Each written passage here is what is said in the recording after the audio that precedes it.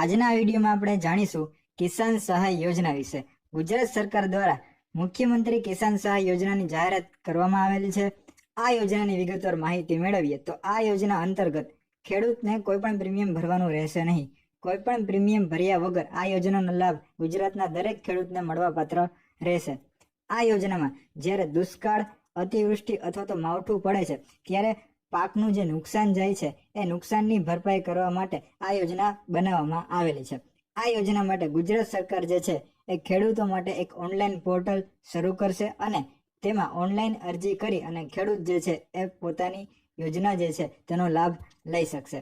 ત્યાર પછી વાત કરીએ તો આ યોજનામાં ખેડૂતોને સહાયની જે રકમ જે છે એ ડાયરેક્ટલી તેના ખાતામાં બેંક એકાઉન્ટ નંબર તમે જ્યારે પણ ઓનલાઈન પોર્ટલ ઉપર દાખલ કરશો એટલે કે તમે જે બેંક એકાઉન્ટ નંબર આપેલું હશે એ બેંક એકાઉન્ટ નંબરની અંદર ડાયરેક્ટલી તમારા ખાતામાં સહાયની રકમ જે છે એ મળી જશે। જે ખેડૂતે પોતાના વીમાનું પ્રીમિયમ અગાઉ ભરેલું હશે તેને તેનું પ્રીમિયમ જે છે એ પરત આપી દેવામાં આવશે। આ યોજના 1 વર્ષ પૂરતી જ સીમિત રહેશે। ગુજરાત સરકાર દ્વારા ટૂંક સમયમાં ટોલ ફ્રી નંબર એટલે કે હેલ્પલાઇન નંબર પણ રજૂ કરવામાં આવશે। આ યોજનાના નિયમોની વાત કરીએ તો આ યોજના માત્ર ખરીફ પાક માટે લાગુ પડશે।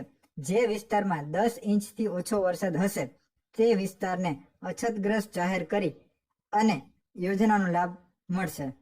વાવણી કરો છો અને વાવણી બાદ જો 4 અઠવાડિયા સુધી વરસાદ નહીં પડે તો વાવણી નિષ્ફળ જશે અને તેમાં પણ આ યોજનાનો લાભ મળવાપાત્ર રહેશે। તો હવે વાત કરીએ કે યોજનાનો લાભ ક્યારે મળશે, તો જો માવઠું પડે છે અથવા અતિવૃષ્ટિ થાય છે અથવા તો અનાવૃષ્ટિ થાય છે તો ત્યારે જે પાકમાં નુકસાન થાય છે એટલે કે 33 થી 60% નુકસાન થયું હશે તો દર હેક્ટરે 20,000 રૂપિયા સહાય મળવાપાત્ર રહેશે અને વધારેમાં વધારે 4 હેક્ટર સુધીની સહાય મળશે।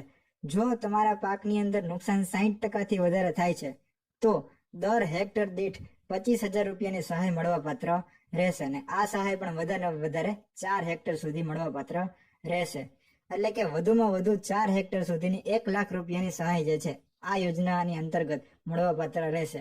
ત્યાર પછી વાત કરીએ તો ગુજરાતની અંદર દક્ષિણની દિશામાં આવેલા દક્ષિણ ગુજરાતના જેટલા પણ જિલ્લાઓ છે એ દરેક જિલ્લાની અંદર જો 2 દિવસ એટલે કે 48 કલાકમાં 35 ઇંચ વરસાદ પડશે તો અતિવૃષ્ટિ ગણવામાં આવશે અને તેમાં જે નુકસાન થશે એ નુકસાન મુજબ જે છે એ સહાય આપવામાં આવશે।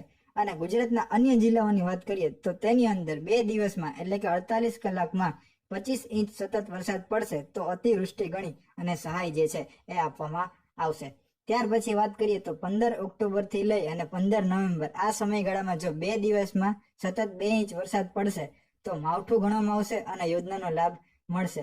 ખેડૂતોને SDRF યોજનાનો લાભ પણ મળતો રહેશે। ગુજરાત સરકાર ટૂંક સમયમાં અરજી કરવા માટે એટલે કે સહાયનો લાભ મેળવવા માટે અરજી કરવા માટે ઓનલાઈન પોર્ટલ જાહેર કરશે અને સહાય માટે ટોલ ફ્રી નંબર જાહેર કરશે કે જેની મદદથી તમે તમારા જે પણ પ્રશ્નો છે એ હેલ્પલાઇન નંબરમાં પૂછી અને તમારા પ્રશ્નોનું નિરાકરણ કરી શકશો। તમારા બધાનો ખૂબ ખૂબ આભાર વિડીયો જોવા માટે। આ વિડીયો વધુમાં વધુ લોકો સુધી શેર કરો જેથી કરીને કિસાન સહાય યોજનાની માહિતી મળતી રહે અને આવી જ માહિતી માટેના વિડીયો મેળવવા માટે આજે જ યુટ્યુબ ચેનલને જરૂરથી સબસ્ક્રાઇબ કરજો। તમારા બધાનો ખૂબ ખૂબ આભાર। આવી જ રીતે સપોર્ટ કરતા રહો। Thank you very much.